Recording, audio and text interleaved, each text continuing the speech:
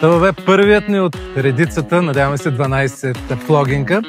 Опитахме се леко да потичаме, да съберем боклуците, които сме оставили през лятото. Пообщувахме с природата. Това е нещо, което не може да се опише с думи. Беше ни много приятно.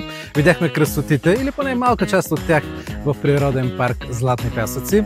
Посвършихме малко работа, заредихме се с енергия за утрешният ден. Това е част, разбира се, от социалният ангажимент, който има Куп Корпорация към общността, към природата. Радваме се, че бяхме част от това събитие.